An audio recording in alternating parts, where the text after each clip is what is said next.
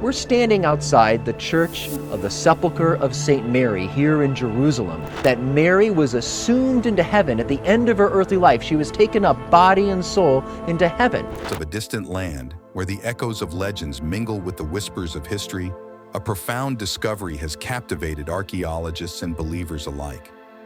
After millennia cloaked in mystery and reverence, the long-hidden resting place of the Virgin Mary has finally been uncovered.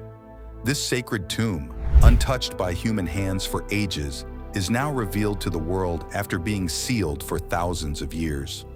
What secrets does Mary's tomb hold after all these centuries? How will this discovery reshape our understanding of ancient religious traditions? Join us as we delve into the extraordinary story of discovering the Virgin Mary's tomb. The truth behind the Assumption. In the Kidron Valley, near renowned religious sites like the Garden of Gethsemane and the Church of All Nations, lies a sacred tomb many Eastern Christians believe to be the final resting place of the Virgin Mary, the mother of Jesus. This tomb, sealed for centuries, generated much anticipation about what might be discovered inside once it was finally opened. To everyone's astonishment, it was empty. This discovery has debunked books that claimed Mary did not ascend to heaven. Instead, it supports the Christian belief that Mary was assumed into heaven with her body alive and intact, explaining why no remains were found. This belief, known as the Assumption, adds an intriguing layer to the story. Interestingly, there are significant differences in how various Christian traditions perceive Mary's life and death, particularly between Catholicism and Eastern Christianity. Catholics hold that Mary never died at all. In contrast, Eastern Christians believe she did die, was buried, and then rose again on the third day, similar to Jesus, before ascending to heaven. The Assumption of Mary is one of the 4 key doctrines about Mary. Pope Pius XII officially declared this belief on November 1, 1950, through a document titled Munificentissimus Deus. This teaching is closely related to another significant doctrine, the Immaculate Conception, which states that Mary was born without original sin. Both beliefs stem from Mary's role as the mother of Jesus, who is regarded as the Son of God. The Assumption of Mary teaches that Mary was taken up to heaven, though it doesn't specify whether she experienced death first. In the Eastern Orthodox Church, there is a similar belief, known as the dormition of the Mother of God, which translates to falling asleep. While not considered an official dogma in the Eastern Orthodox tradition, it remains a vital part of their faith practices. Pope Pius XII expressed his hope in Munificentissimus Deus that belief in Mary's Assumption would strengthen people's faith in their resurrection. He wanted to reassure the faithful that just as Mary's body was assumed into heaven, our bodies would also be resurrected and taken to heaven. This teaching emphasizes the promise of eternal life and the hope of resurrection for all believers. Around the 7th century, a fascinating legend emerged surrounding Mary's Assumption. According to this tale, Thomas, one of Jesus' apostles, was absent when Mary passed away. Upon his belated arrival, they reopened her tomb to discover it mysteriously empty, save for the garments she had worn. In some versions of the story, it's recounted that Mary's belt, a symbol of her Assumption, descended from heaven to Thomas as undeniable proof of her ascent to heavenly realms. This narrative has inspired numerous artworks portraying Mary's Assumption, reflecting the deep spiritual significance it held. The belief in Mary's Assumption gradually spread across Christian communities, gaining significant traction by the 5th century. Emperor Maurice of the Eastern Roman Empire later elevated its status by declaring it an official holiday around 600 AD. Scholars hypothesize that early accounts of Mary's Assumption and dormition can be traced back to ancient Christian texts, some of which are not included in the modern biblical canon. These texts offer insights into how early Christian communities interpreted and celebrated Mary's key role in Christian theology and spirituality. Ancient oral traditions to Christian doctrine. Some scholars who study the Bible speculate that a community of Jewish Christians in Jerusalem crafted new accounts about the end of Mary's life, which were transmitted orally. They suggest these stories circulated during the time of the apostles or shortly thereafter, claiming they are rooted in actual events. By examining these oral traditions, they aim to validate the narratives of Mary's Assumption and Dormition. However, another scholar named Shoemaker argues that these stories vary significantly and originate from diverse sources, indicating they have evolved rather than emerging from a single tradition. Even scholars who uphold the validity of oral traditions acknowledge that the contemporary belief in Mary's Assumption is the culmination of a lengthy developmental process rather than a direct reflection of the original account itself. The story of Mary's Assumption, the belief that she was taken bodily into heaven at the end of her earthly life, is steeped in both mystery and historical complexity. It first appears in a document called the Liber Royer Maria, or the Book of Mary's Repose, which dates back to the 2nd or 3rd century. This text, however, diverges significantly from mainstream Christian beliefs about Mary's life and legacy. Ancient accounts of Mary's Assumption vary widely and are not always consistent. Some narratives support the idea that Mary ascended to heaven, while others present different interpretations of her fate. Stephen Shoemaker, a scholar of early Christianity, notes that there is little evidence of widespread belief in Mary's Assumption before the 5th century, except for isolated instances such as Epiphanius of Salamis's inquiries in the 4th century. Epiphanius, a bishop and theologian, attempted to investigate the circumstances of Mary's death, but found no reliable sources to confirm her end. Interestingly, the canonical New Testament texts do not mention the details of Mary's death or Assumption, leaving a significant gap in early Christian literature. This absence contributed to diverse and sometimes conflicting interpretations among early Christian communities regarding what happened to Mary after her time on earth. He discussed 3 different beliefs about Mary. Some thought she peacefully passed away, while others believed she died as a martyr, and yet another group thought she didn't die at all. Epiphanes, a renowned early Christian bishop, also likened Mary to Elijah, who ascended to heaven without experiencing death.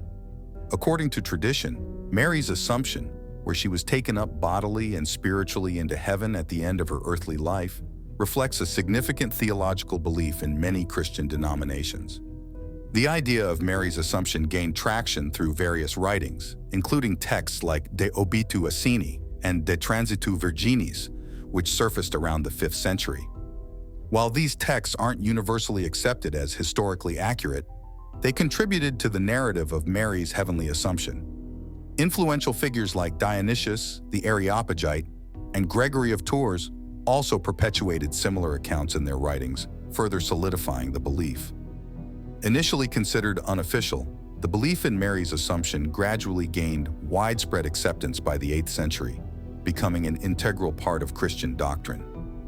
John of Damascus, a prominent theologian of the time, described Mary's death in the presence of the apostles, followed by the discovery of her empty tomb. This event was interpreted as evidence of her bodily assumption of heaven, reinforcing the belief among believers. Global celebrations of Mary's Dormition. The celebration of Mary's Dormition, originally from the Eastern Church, arrived in the Western Church during the 7th century. Over time, this celebration came to be known as the Assumption in certain religious calendars by the 9th century. Pope Leo IV enhanced the significance of the feast day in the same century by introducing a vigil and an octave, special religious ceremonies. Pope Nicholas I later elevated the Assumption to the level of Christmas and Easter, 2 of Christianity's most important holidays. In the 12th century, a German nun named Elizabeth of Schonau had profound visions of Mary and Jesus, profoundly influencing the Western Church's belief in Mary's Assumption. Pope Benedict XIV subsequently affirmed that believing in Mary's Assumption was a reasonable belief, deeming disbelief disrespectful to God. On May 1, 1950, a man named Giuseppe Bucci claimed to have seen the Virgin Mary and conveyed to Pope Pius XII a message purportedly from Mary herself. This message emphasized the Assumption of Mary, the belief that Mary was taken up to heaven.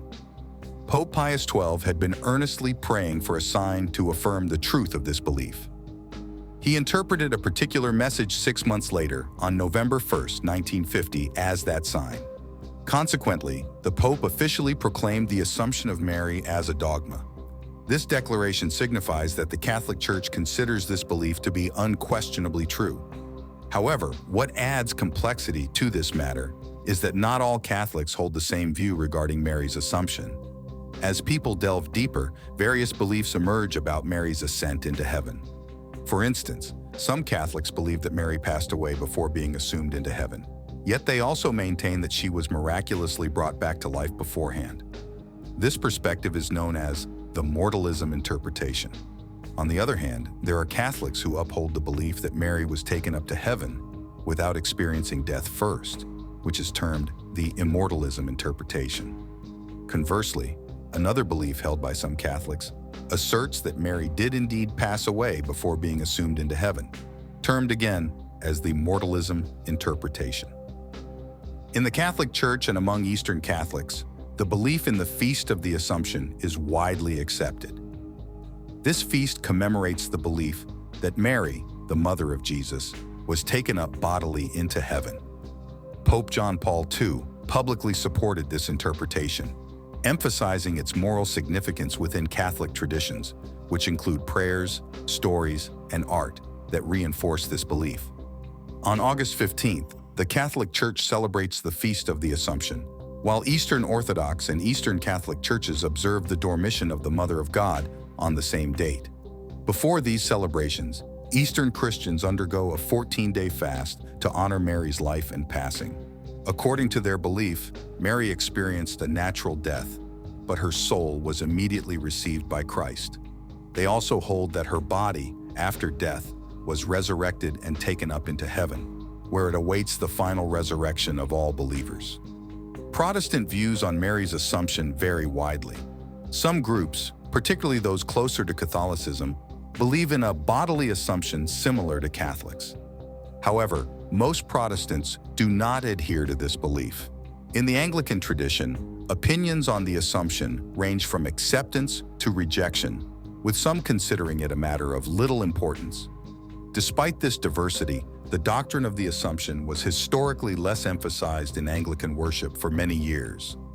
In the 20th century, there was a revival of interest among Anglo-Catholic groups in a religious observance that had ancient roots.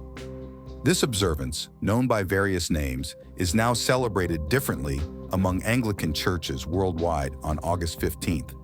For example, the Church of England honors the Blessed Virgin Mary, although it does not specifically mention her Assumption. In contrast, the Scottish Episcopal Church refers to the day simply as Mary the Virgin. In the United States, the Episcopal Church commemorates the day as Saint Mary the Virgin, Mother of our Lord Jesus Christ. Meanwhile, other Anglican provinces, such as the Anglican Church of Canada, recognize it as the falling asleep of the Blessed Virgin Mary, another term used for her dormition. Each church's celebration reflects its unique focus and interpretation of this important religious occasion. The unveiling of Jesus' tomb. For centuries, the tomb of Jesus Christ within the Church of the Holy Sepulchre in Jerusalem lay concealed beneath a thick layer of marble. However, in October 2016, a team of scientists embarked on a restoration project that would unveil its secrets. Their anticipation grew as they carefully removed the marble, revealing a wealth of previously hidden material beneath. Beneath the marble, the scientists were astonished to discover a substantial amount of additional material. Their excitement peaked as they uncovered the original rock where, according to Christian belief, Jesus' body had been placed. This discovery provided a unique opportunity to study the bedrock associated with one of Christianity's most sacred sites. According to Christian tradition, Jesus Christ was crucified by the Romans and then laid to rest in a specially carved niche within a cave. This significant event is believed to have occurred around the years 30 or 33 AD. Christians hold that Jesus rose from the dead shortly thereafter, as evidenced by the discovery made by women who visited the tomb a few days later, only to find it empty. The place where Jesus was laid now housed within a small building known as the Edicule, a kind of miniature house, has undergone reconstruction twice, notably between 1808 and 1810 following fire damage. Since 2017, a team of Greek scientists, under the leadership of Professor Antonia Morou, has diligently restored both the Edicule and the tomb it encloses. This project marks a significant milestone, as the tomb, long concealed beneath a thick layer of marble, is finally accessible for study. Excitement among scientists is palpable, as they now have the opportunity to examine and analyze this historically important site. By studying the original rock of the tomb, they aim to reconstruct its original appearance and understand how it has evolved. Moreover, their research sheds light on the enduring reverence this place has commanded through the ages. Employing advanced tools and techniques, the scientists thoroughly document their findings with detailed photographs and notes. This careful approach ensures that people worldwide can virtually experience and learn about the tomb firsthand, gaining insights into its historical significance and cultural importance. Professor Antonia Morou, renowned for her archaeological expertise, leads a groundbreaking project poised at a pivotal juncture.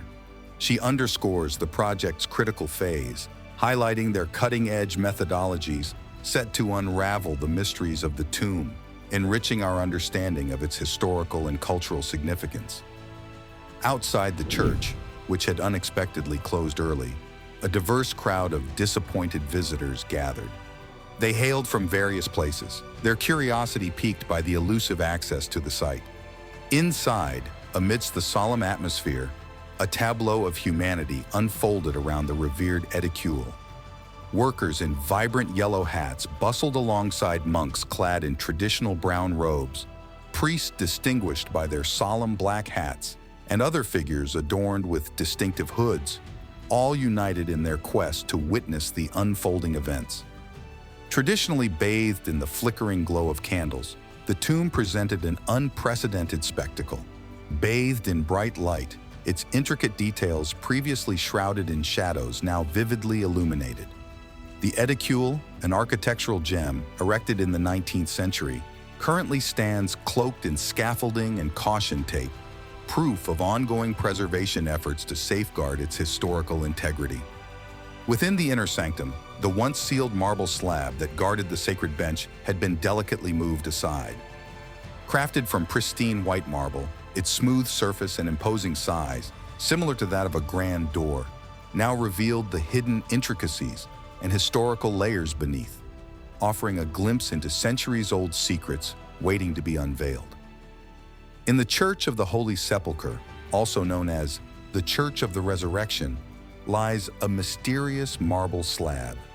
This stone surface, a shade of gray-beige, has puzzled caretakers for some time.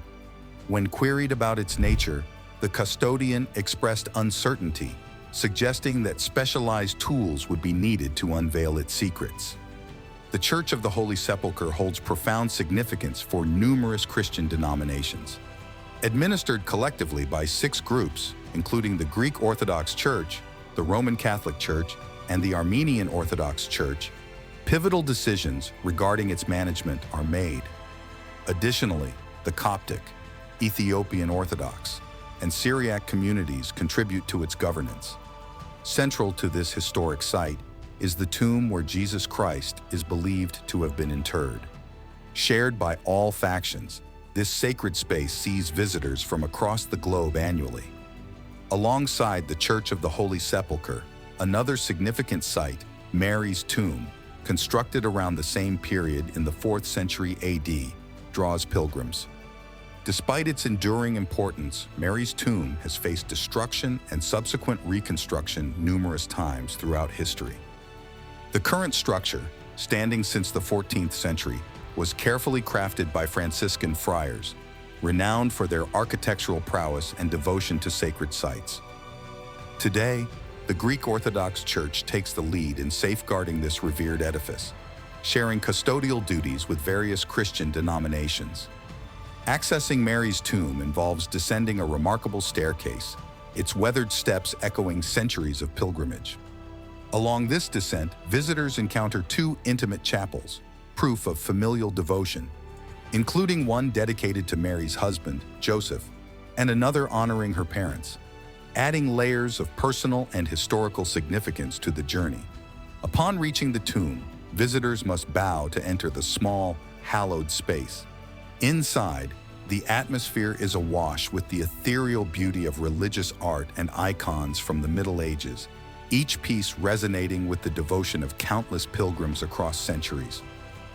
This tranquil sanctuary draws visitors seeking solace, who offer prayers and light candles in reverence. Before scholars conclusively identified Mary's resting place, several revered locations vied for authenticity, each steeped in rich traditions and historical anecdotes that underscore the enduring legacy and spiritual significance of this sacred site. Now it's time for today's subscriber pick. In the heart of a rugged mountainside, obscured by centuries-old myths and whispered legends, lay a discovery that would shake the world's beliefs to their core. For millennia, the location of the Virgin Mary's tomb had been lost to time, shrouded in mystery, and guarded by the silent embrace of nature. Deep within a remote valley in the Mediterranean, a team of intrepid archaeologists, guided by cryptic ancient texts and persistent rumor, embarked on an expedition of a lifetime. Their journey was fraught with peril, treacherous cliffs, hidden traps of history, and the ever-present weight of expectation. Days turned to weeks, and just as hope began to wane, a weathered stone door emerged from the overgrown foliage, marking the entrance to a forgotten sanctuary. With bated breath and trembling anticipation, they pried open the ancient seal, revealing a chamber untouched by time. Inside, bathed in the soft glow of flickering torchlight, lay an ornate sarcophagus adorned with symbols of reverence. Carved into the stone, intricate patterns told stories of faith and devotion spanning millennia. And at its heart, nestled in a bed of fragrant herbs and delicate blooms, rested an ancient ossuary, a humble vessel said to cradle the remains of Mary, Mother of Jesus. As the world held its breath, the archaeologists thoroughly cataloged relics and artifacts, each offering glimpses into a bygone era of faith and spirituality.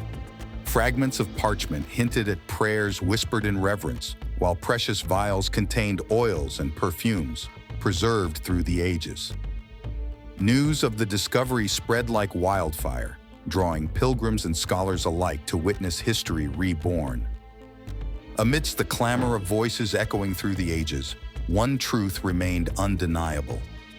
In this quiet sanctuary, nestled within the embrace of mountains and myths, the veil between legend and reality had been gently parted. How might this discovery reshape the understanding of faith, history, and the enduring power of belief? Let us have your opinions in the comment below. Legends and revelations across continents. There are various beliefs surrounding the tomb of the Virgin Mary. One belief, held by the Turkmen Qadis, asserts that Mary's tomb lies in a town named Mary in Turkmenistan, formerly known as Mari. This belief stems from a tradition known as Nestorianism. Another belief, upheld by Christians near Nineveh in northern Iraq, places Mary's tomb near a city called Erbil, associating it with a mosque in Mosul. Meanwhile, the Ahmadiyya movement believes Mary's tomb is in Muri, Pakistan, now revered as a sacred site called Mai Marida Ashtan. But how did Mary's tomb end up in these different places? Numerous stories and legends recount Mary's journeys after Jesus' death. One such tale, dating back to around the 7th century and involving Thomas the Apostle, tells of Mary's supposed travels to India with Thomas. According to this story, she passed away in a town called Mari, which is now part of Turkmenistan. Thomas, the only apostle present, reportedly witnessed Mary's body ascending to heaven, while the others were in Jerusalem at her deathbed. Thomas remained in India until he was miraculously transported to her tomb after her initial burial, witnessing only her belt left behind. During the early days after Jesus' crucifixion, Thomas, one of his closest followers, recounted a remarkable sight to the other apostles. He claimed to have seen Mary's tomb empty, except for her belt. Initially skeptical, The apostles later discovered the tomb just as Thomas had described. This story, popularized through art during the Middle Ages and Renaissance, became a testament to faith and divine mysteries. Legend also tells of Mary's journey to the Middle East, where she eventually passed away in a place called Mari, located in present-day Turkmenistan. Another narrative recounts her later years in Ephesus, circa 3145 AD, accompanied by Saint John, who cared for her like a son. Renaissance historians documented this journey, and local Christians revered a small house near Ephesus as Mary's final residence. Following Jesus' death, his followers endured persecution in Jerusalem. Saint Stephen was martyred in 37 AD, and Saint James was executed in 42 AD. In response, the apostles dispersed across the globe to spread the gospel. Saint John, entrusted with Asia Minor, continued Jesus' mission, fulfilling his promise to care for Mary as his mother, as recounted in the Gospel of John and the Book of Acts. He likely took Mary with him to escape persecution in Jerusalem. Two historical pieces of evidence support this story. First, the tomb of Saint John is located in Ephesus. Second, the first church dedicated to the Virgin Mary was built there. Throughout history, the church has faced challenges from heresies. In 428 AD, the Bishop of Constantinople was notorious during the early days of the church. During that time, buildings were only dedicated to people who had lived or died in that place. This indicates that Mary was indeed in Ephesus. In the year 431, a very important meeting of church leaders, known as the Ecumenical Council, was held in this basilica in Ephesus. Its purpose was to define the dogma of Mary's divine motherhood. The Council Fathers wrote about Nestorius, mentioning that he arrived in Ephesus where Saint John and the Holy Virgin Mary, Mother of God, were present. The villagers of Kirkja, who are descendants of the early Christians of Ephesus, have passed down an oral tradition through generations. According to this tradition, Mary died in Ephesus, which they call Panaia Kapulu. They honor this tradition with an annual pilgrimage to keep her memory alive. In the 19th century, specifically on August 15th, a significant book titled The Life of the Blessed Virgin was published in Germany. What made this book remarkable was its basis on the visions of a nun named Anna Katharina Emmerich, who had never ventured beyond Germany, yet vividly recounted scenes from her dreams. Among these visions were detailed descriptions of the hills of Ephesus and the house where the Virgin Mary spent her final days. People were astounded by Emmerich's accuracy and sought to verify her claims. Two groups of scientists embarked on journeys to Ephesus to locate the places she had described. To their amazement, they discovered that the house matched Emmerich's descriptions precisely. It stood on foundations dating back to the 1st and 4th centuries, with some sections dating to the 7th century and undergoing restoration as recently as 1951. The significance of these findings resonated widely, even drawing the attention of Pope Paul VI, who visited the site in 1967 and affirmed the authenticity of the legend. Today, every August 15th, both Christians and Muslims gather for a special service commemorating Mary's Assumption into heaven, a tradition inspired by the enduring impact of Emmerich's visions, the reverence of Mary in Islam and Christianity. In Islam, there's a story about how the Virgin Mary reached the place where she breathed her last. According to Islamic belief, the Prophet Muhammad embarked on a miraculous journey one night. He was transported from Mecca to Jerusalem and then ascended to heaven, all within a single night. Accompanied by the angel Gabriel, they encountered numerous revered prophets such as Abraham, Moses, and Jesus along the way. They gathered at the tomb of Mary, Jesus' mother, said to be located in Jerusalem near the Dome of the Rock. Some accounts mention that Muhammad witnessed a radiant light shining over Mary's tomb. After visiting the tomb, Muhammad continued his journey to heaven. There he saw Mary once more, seated in a special place next to God's throne, surrounded by angels. In Islam, Mary is revered as an extraordinary woman, among the most revered in history. She was chosen by God for her purity and devotion, often mentioned alongside prophets and other holy figures. The Quran, Islam's sacred text, frequently mentions Mary, highlighting her profound significance to Muslims. Additionally, Islamic traditions, known as hadiths, recount various stories, including Muhammad's miraculous journey to heaven and his encounter with Mary, underscoring her esteemed status. Among Christian denominations, Orthodox Christians prepare for the Assumption of Mary, commemorating her assumption into heaven. This preparation involves a rigorous 14-day fast, during which adherents abstain from specific foods and refrain from sexual relations. Weekdays are marked by strict dietary guidelines, excluding wine and oil, while weekends permit the consumption of these items alongside fish. The culmination of this fast occurs on August 6th, known as the Transfiguration, when wine, oil, and fish are allowed. This fasting period serves as a demonstration of reverence and dedication to Mary, revered as the mother of Jesus. The Assumption of Mary holds profound significance across various Christian traditions, including Catholics, Orthodox, Lutherans, and Anglicans, symbolizing Mary's ascension to heaven, akin to her celestial birthday. Globally, numerous countries observe Assumption Day on August 15th as a notable public holiday, celebrating Mary's spiritual journey.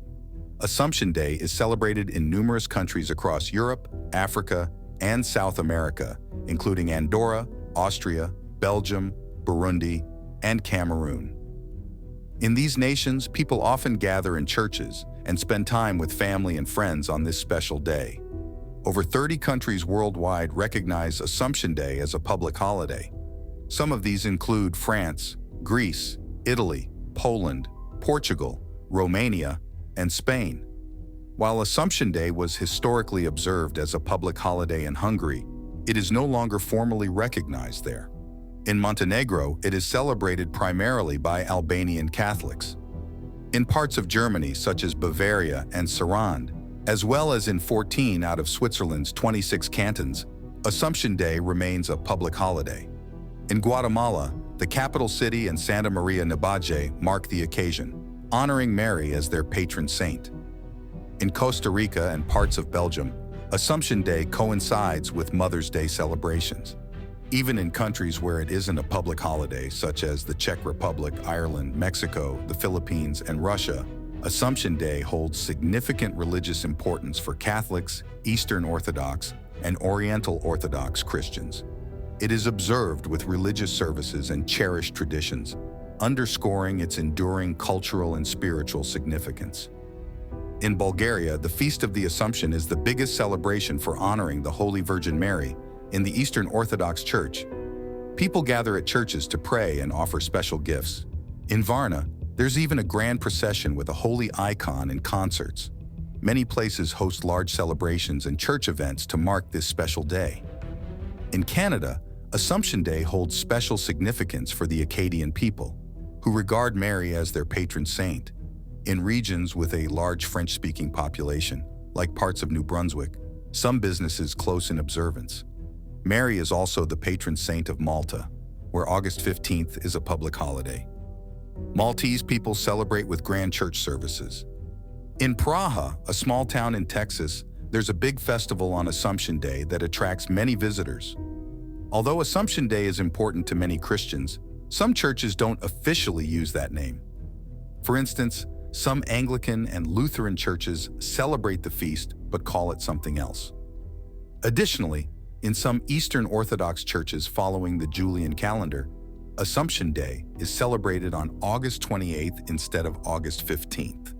Which of these stories about Mary's death and burial do you find the most believable? Share your thoughts with us in the comments section below.